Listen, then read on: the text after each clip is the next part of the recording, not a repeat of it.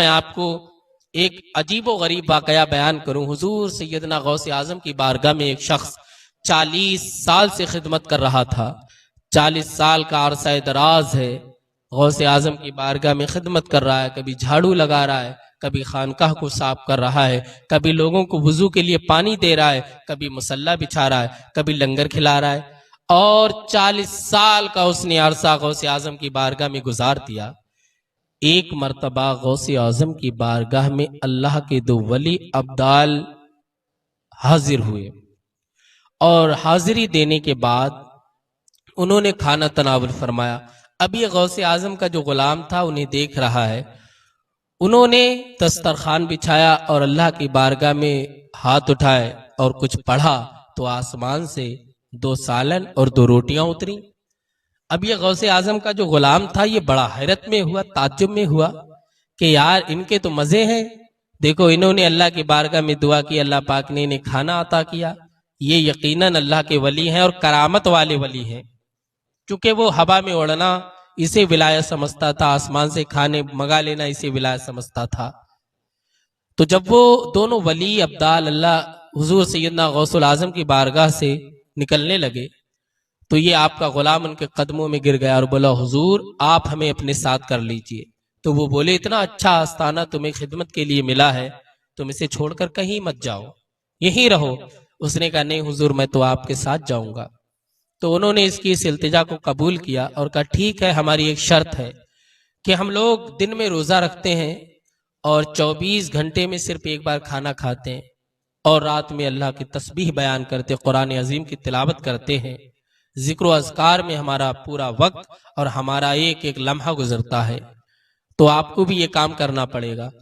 تو یہ چونکہ ولایت اسے حاصل کرنا تھی، اسے نہیں پتا تھا اپنا مقام و مرتبہ کہ میں غوث اعظم کی محفل میں رہ رہا ہوں تو میرا مقام کیا ہے۔ تو انہوں نے کہا ٹھیک ہے جب آپ رہنا ہی چاہ رہے ہیں تو آپ رہیے ہمارے ساتھ، بس شرط یہ ہے کہ کھانا ایک مرتبہ ملے گا۔ تو اس نے کہا ٹھیک ہے ہم ایک مرتبہ کھائیں گے۔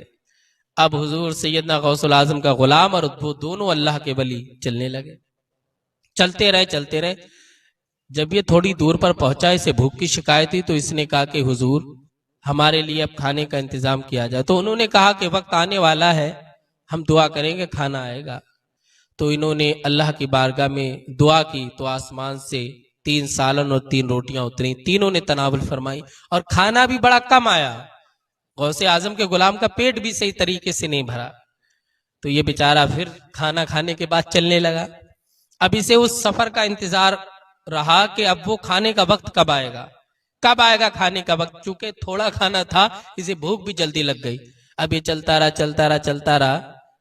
جب 24 گھنٹے ہونے والے تھے یہ بولا کہ آپ دعا کیجئے آسمان سے کھانا آئے گا، مجھے بھوک لگ رہی ہے۔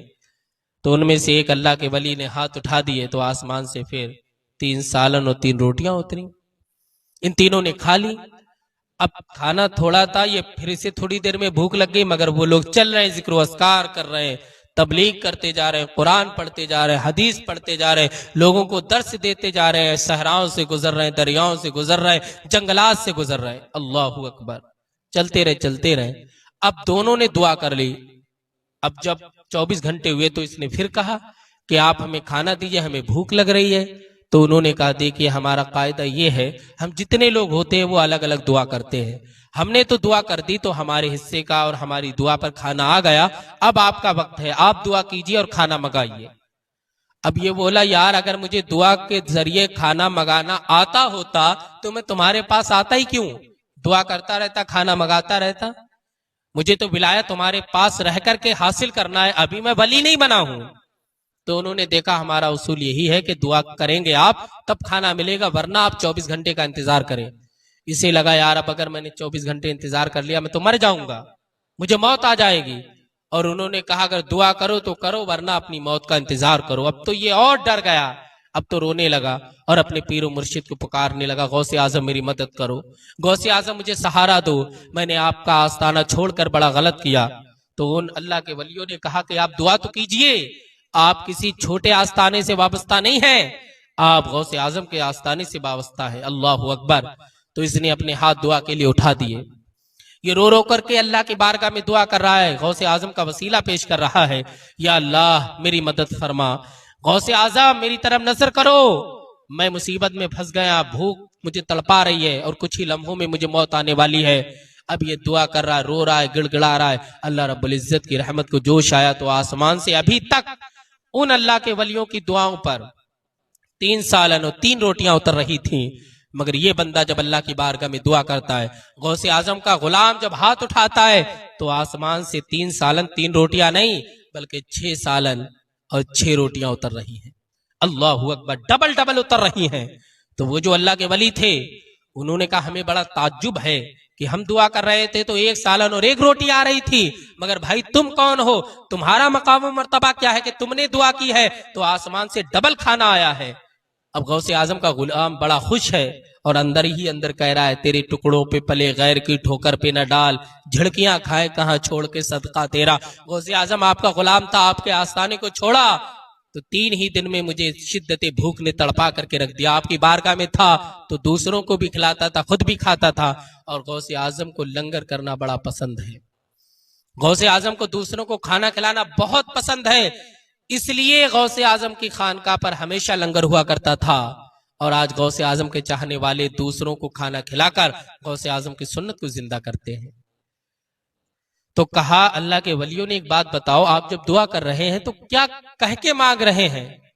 تو غوث اعظم کا غلام کہتا میں بعد میں بتاؤں گا، پہلے آپ بتاؤ۔ تو انہوں نے اصرار کیا کہ پہلے نہیں، آپ بتاؤ۔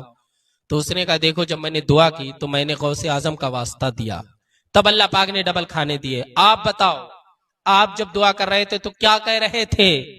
تو وہ اللہ کے ولی بولتے ہیں جب ہم اللہ کی بارگاہ میں دعا کر رہے تھے تو ہم امام حسین کا واسطہ نہیں دے رہے تھے، ہم غوث اعظم کا واسطہ نہیں دے رہے تھے، ہم حضرت علی، حضرت عمر فاروق، حضرت مولا علی، حضرت عثمان غنی، حضرت امام اعظم، ہم بڑے بڑے صحابہ، بڑے بڑے تابعین، بڑے بڑے اولیاء کا وسیلہ دے کر کے اللہ کی بارگاہ میں کھانا نہیں مانگتے ہیں۔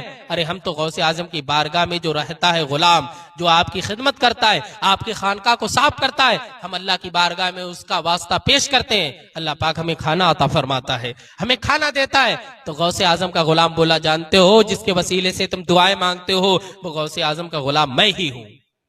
جب اتنا کہا تو وہ لوگ خوش ہوئے اور اس سے ملاقات کی اور اس کے ہاتھ چومے۔ ارے یہ تو یہ سمجھ رہا تھا کہ اس کا مقام و مرتبہ کچھ نہیں ہے، مگر 40 سال میں غوث اعظم نے اتنا بڑا اسے ولی بنا دیا کہ ولی بھی اپنی دعاؤں میں اس کا وسیلہ تلاش کرتے ہیں۔ اب دیکھیں غوث اعظم کا مقام، غوث اعظم کا مرتبہ، غوث اعظم کی طاقت، اور یہ ساری طاقت مصطفیٰ جان رحمت کے صدقے میں اللہ رب العزت نے غوث اعظم کو عطا فرمائی ہے۔ سر بھلا کیا کوئی جانے کی ہے کیسا تیرا، ارے اولیاء ملتے ہیں آنکھیں وہ ہے طلبہ تیرا۔